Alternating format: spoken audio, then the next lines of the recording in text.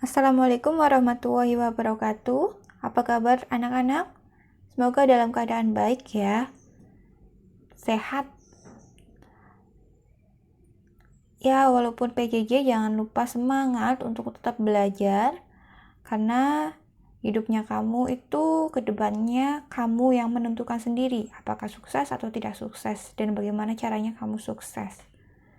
Nah teman-teman, kita akan belajar tentang jenis-jenis klausa. Nah, kemarin kita sudah belajar tentang pengertian klausa ya. Kita kemarin belajar tentang pengertian klausa. Sudah paham ya tentang klausa, bedanya dengan kalimat? Nah, sekarang kita lanjut ke jenis-jenis klausa. Jika belum paham, kalian boleh nonton video sebelumnya, biar nanti gampang memahami tentang jenis-jenis klausa. Kita mulai saja ya. Nah, klausa itu dibagi menjadi 4 jenis. Pertama, berdasarkan kelengkapan unsur internalnya, itu ada klausa lengkap dan klausa tak lengkap. Terus, yang kedua, berdasarkan keberadaan predikat. Apa predikat negatif? Adakah predikat disebut klausa negatif dan klausa positif? Terus kita bakalan belajar tentang kategori primer. Itu ada klausa verbal dan klausa non-verbal. Primer di predikatnya, jadi predikat itu ya berarti jenis-jenis katanya yang ada di predikat itu apa. Nah, terus ada juga yang keempat adalah kemungkinan kemandirian menjadi sebuah kalimat. Itu jenisnya adalah klausa mandiri atau disebut dengan klausa bebas dan klausa bergabung atau klausa terikat. Ini adalah kemungkinan mandiri menjadi sebuah kalimat klausanya. Kita bahas satu-satu. Bismillahirrahmanirrahim. Semoga kalian bisa memahami. Memahami klausa ini sangat penting karena kalian selalu berhubungan dengan kata, dengan frasa, dengan klausa, dengan kalimat. Kalian selalu berhubungan dengan bahasa. Nah, untuk tahu bahasa itu kalian benar atau tidak, kalian pasti akan berhubungan dengan klausa gitu.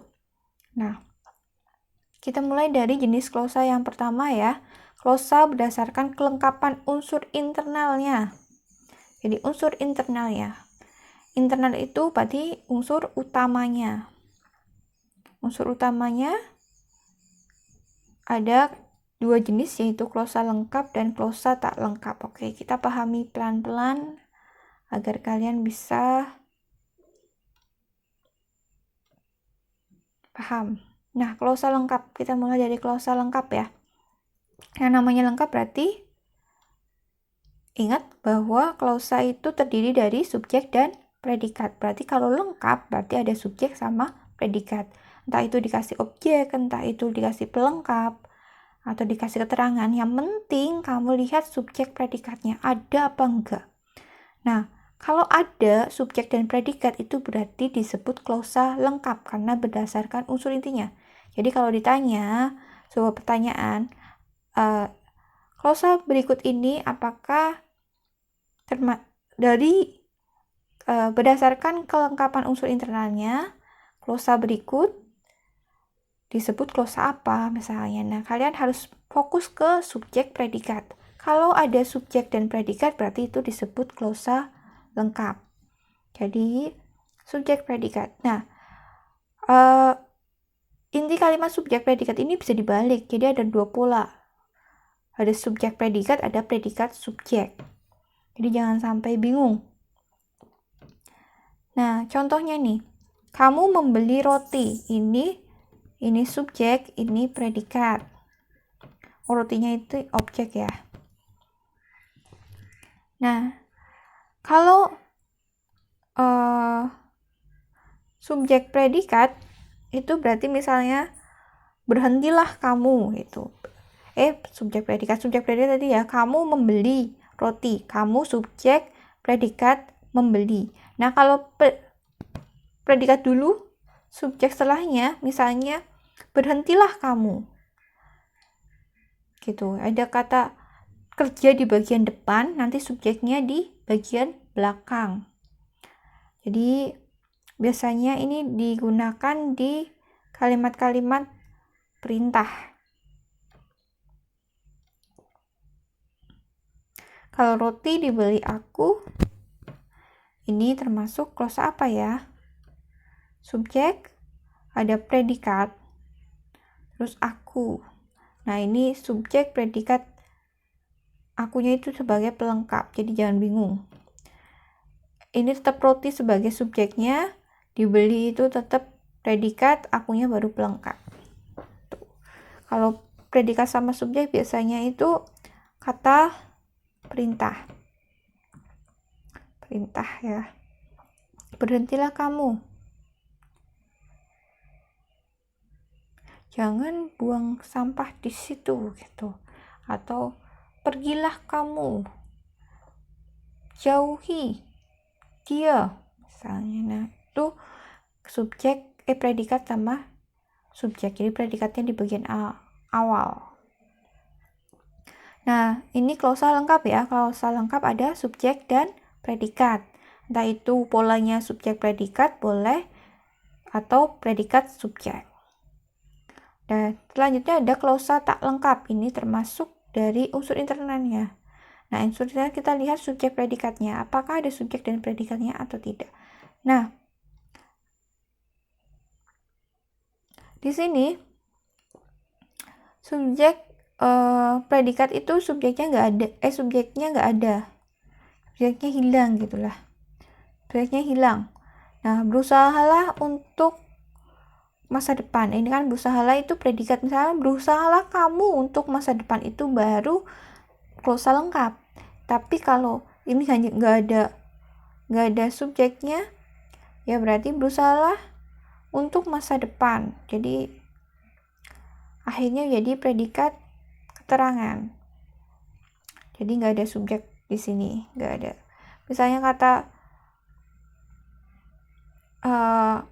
pergi gitu aja, pergi, tanda seru. Nah, itu kan seharusnya ada kata aku pergi atau dia pergi. Nah, ini disebut klausa tak lengkap karena subjeknya hilang, subjeknya tidak ada.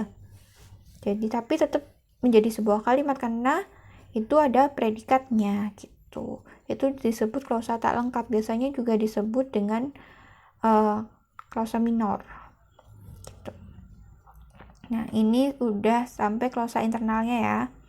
Kalau ada pertanyaan boleh tanyakan di kolom komentar. Oke, lanjut. Keberadaan predikat negatif. Ini ada jenis yang kedua. Jadi klausa berdasarkan keberadaan predikat negatif. Jadi kita lihat di bagian predikatnya. Nah, predikatnya itu apakah negatif atau positif gitu. Nah, kita mulai dari klausa negatif. Klausa negatif itu bisa dilihat dari predikatnya, kata ada negasi atau tidak. Jadi ada kata tidak, tak, tidak, bukan, dan belum gitu. Kalau misalnya contohnya kamu tidak melihat. Nah, ini kan predikat ya, ini subjeknya. Nah, predikatnya ada kata tidak di sini, berarti ini disebut klausa negatif. Melihat lampu merah menyala. Nah, itu berarti klausa negatif. Contoh lain misalnya, aku tak suka roti itu misalnya. Nah, kata tak suka itu berarti kan di predikat, berarti disebut klausa negatif. Jadi ada kata inilah tanda-tandanya ada negatif-negatifnya gitu. Nah, kalau klausa positif itu kebalikannya, berarti tidak ada kata tidak. Klausa positif itu tidak ada negasi atau tidak ada kata yang di sini tidak, tak, tiada, bukan, dan belum. Kamu melihat lampu merah menyala, di sini kan predikatnya positif ya, nggak ada kata tidaknya. Jadi itu disebut klausa positif. Jadi dilihat dari predikatnya. Selanjutnya ada jenis klausa yang ketiga. kategori primer predikatnya. Jadi primer, tahu ya kalau primer sama sekunder. Primer kan berarti kebutuhan utama kalau dalam ekonomi. Nah, primer itu utama. Jadi kategori utama predikatnya. Jadi kalau lihat kategori itu kan berarti ikutnya jenis-jenis kata nih. Nah, ada dua jenis, ada klausa verbal dan klausa non-verbal. Nah, klausa verbal ini jadi predikatnya, klausa verbal predikatnya itu adalah kata kerja atau verbal ya. Masih ingat ya? Semoga masih ingat. Kalau masih atau lupa bisa lihat di jenis-jenis kata, ada videonya. Pas kalian kelas 10 itu ada videonya, jenis-jenis kata. Ada kata kerja, ada kata benda, nomina, dan sebagainya. Nah, kalau ini kita lihat dari apakah itu klausa verbal atau kata kerja atau bukan. Jadi kebanyakan predikat kan kata kerja, tapi ada juga yang bukan kata kerja gitu. Nah, predikat nih kalau klausa verbal berarti klausanya itu, predikatnya itu kata kerja. Nah, kata kerja ini itu ada dua jenis. Jadi ada transitif, ini transitif, ada intrasitif. Nah, di bagian sini kalau transitif itu butuh objek, teman-teman. Jadi nah, aku membeli, kalau aku membeli doang nggak tahu kan aku membeli apa. Ini belum jadi kalimat karena nggak tahu aku membeli, belum jelas itu kalimat apa gitu. Jadi itu juga klausa apa, karena nggak tahu itu membeli apa sih. Harus ada kata, misalnya membeli susu kedelai, ini harus ada objeknya di bagian sini. Biasanya ditandai, kalau transitif itu ditandai dengan predikatnya ada me atau men, ada meng, yang ada memenya lah di depannya. Itu disebut transitif. Jadi kata kerjanya itu menggunakan me. Aku membeli, ini kan harus ada objeknya. Aku meminum susu kedelai. Kata meminum itu harus ada objeknya. Misalnya aku meminum doang nggak akan jadi sebuah klausa yang benar. Soalnya harus, walaupun subjek predikat, harus ada objeknya di situ. Nah, terus susu kedelai diminum aku. Nah, ini kata kerja intransitif, bukan transitif lagi, karena ini bukan me tapi di. Jadi kalau intransitif in itu bukan me. Kalau transitif itu me. Ingat-ingat ya. Kalau transitif itu predikatnya me, kalau intransitif itu predikatnya selain me. Bisa di, bisa ber, bisa yang lain gitu. Nah, intransitif itu predikatnya tidak membutuhkan objek.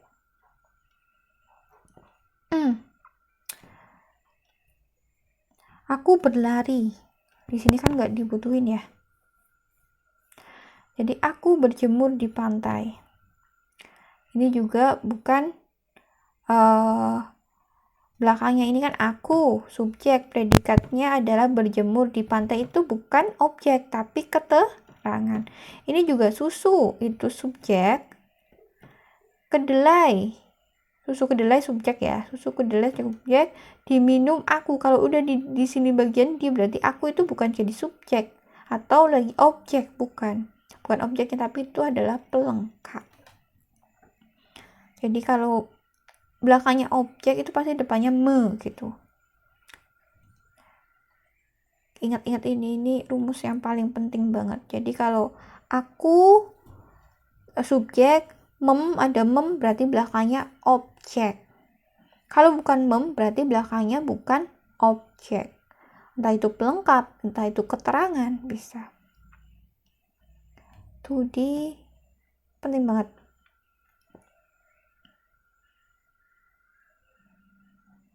Nah, kalau ini tadi ya, kamu tidak melihat lampu merah menyala. Ini berarti kamu subjek. Kamu subjek, terus tidak melihat itu adalah predikat. Predikatnya ada me di sini, berarti di belakangnya adalah objek. menyala itu pelengkap. Oke, jadi gini. Nah, jenis yang lain yaitu lihat dari kata primer predikatnya itu adalah klausa non verbal. Jadi predikatnya bukan kata kerja, bisa nomina, bisa adjektiva, bisa adverbia, keterangan gitu. Oke, misalnya kamu subjek, cantik itu adalah predikat. Cantik ini kan bukan verba ya, bukan kata kerja, tapi kata sifat. Bajumu kuning, bajumu subjek, kuning itu kata sifat gitu.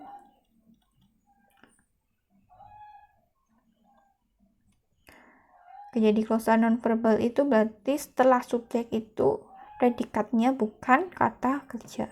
Gampangnya gitu.